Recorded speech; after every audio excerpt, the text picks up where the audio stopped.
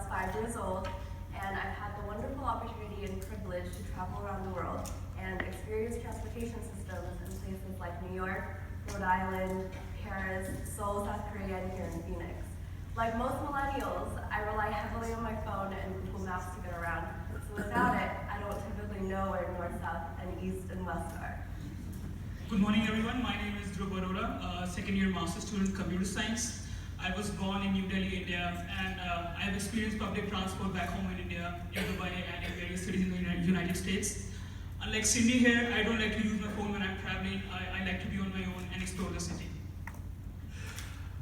Good morning, everyone. My name is Joey Hagemeyer, a second-year social work student at Arizona State University, and I was born blind in South Korea.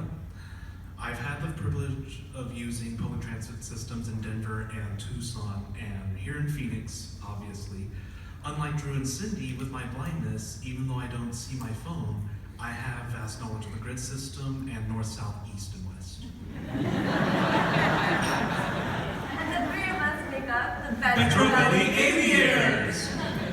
Metro Valley means better travels, Better living! and we are an interdisciplinary student-based team using old-school methods coupled with futuristic tech innovation to provide Phoenix travelers a more enjoyable and memorable transportation experience.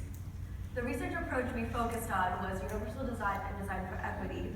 So we're talking about designing experiences for as many people as possible, including those of us that are handicapped, the elderly, and individuals who are mobility impaired. So the solutions approach we're focusing on is innovative tech-based concepts. So considering design for equity, we chose to focus on issues regarding seeing, and more specifically, the visually impaired and blind population. While most of us typically experience the world like this, others of us experience the world like this.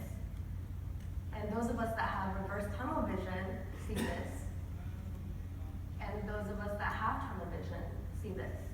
And those even more unfortunate experience this.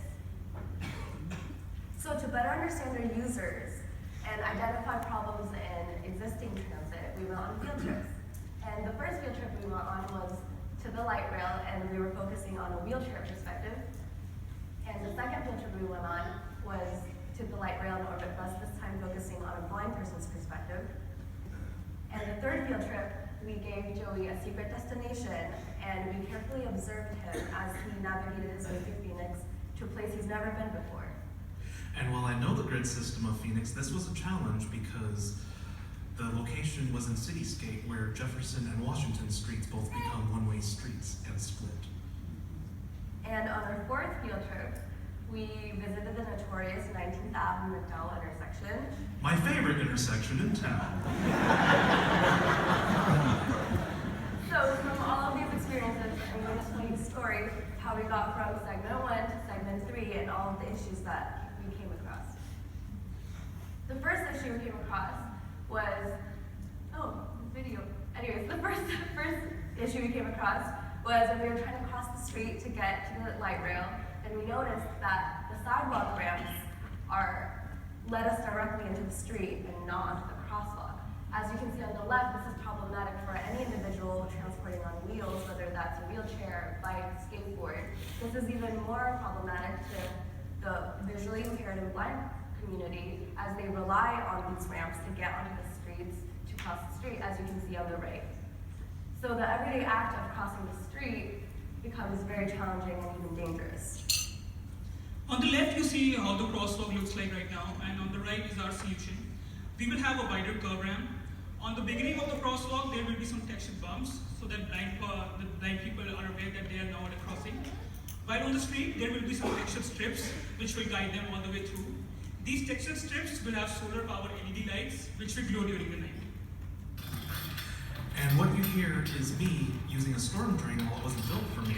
I use it to guide me to the crosswalk in front of my dorm on the ASU downtown campus. So this was basically an inspiration for us to use the textured strips in our solution. And imagine being me on the way home from church on a bus with a PA system that doesn't work, and you get off at the wrong stop.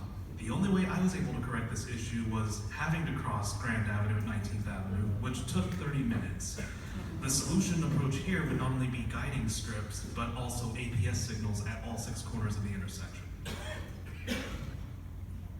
second issue we came across is when we got to the light rail station, we had struggles to find the ticketing kiosk, and struggled quite a bit in front of the grid rental side kiosk.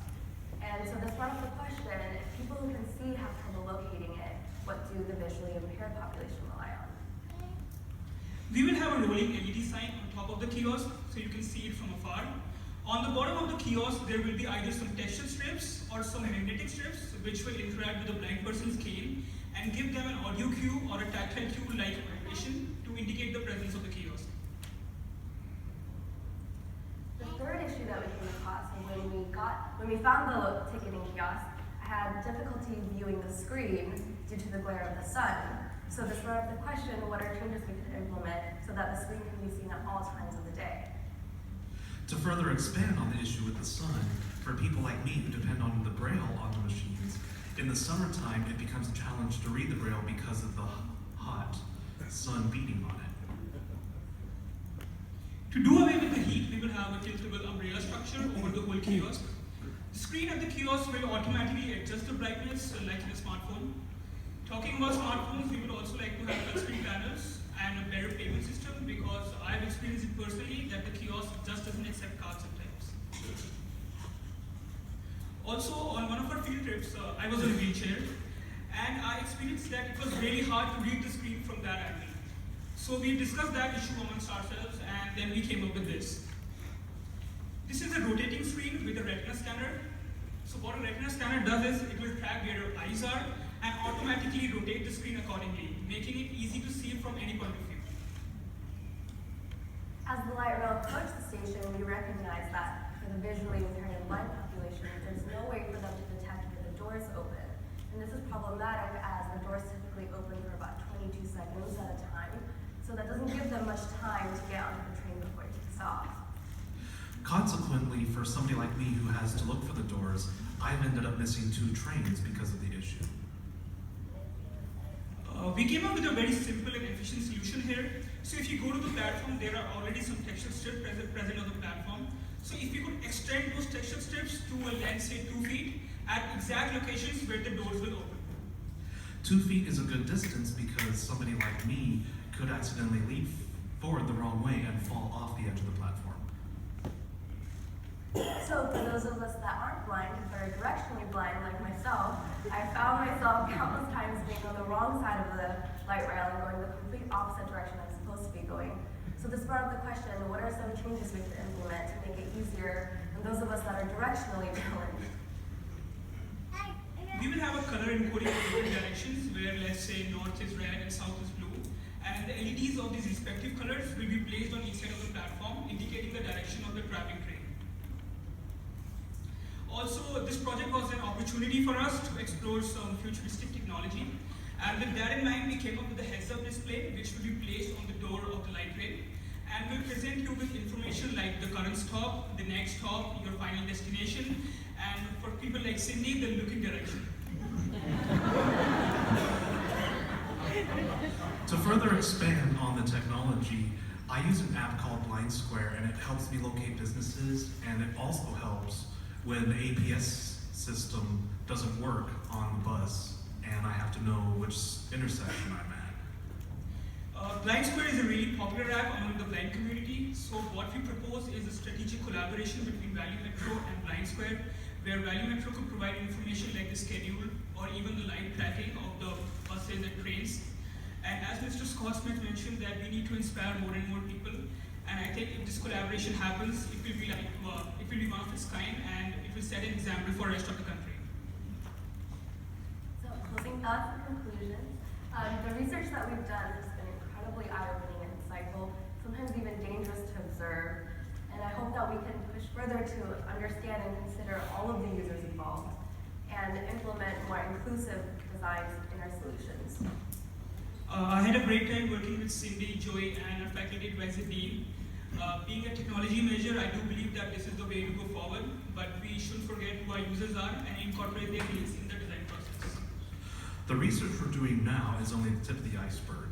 I believe with more research and implementations, we can make public transit more accessible and user-friendly for the traveling public. And we would also make adaptations with savvy services for the blind to accomplish the accessibility. Thank Thank you you. so much. Thank you.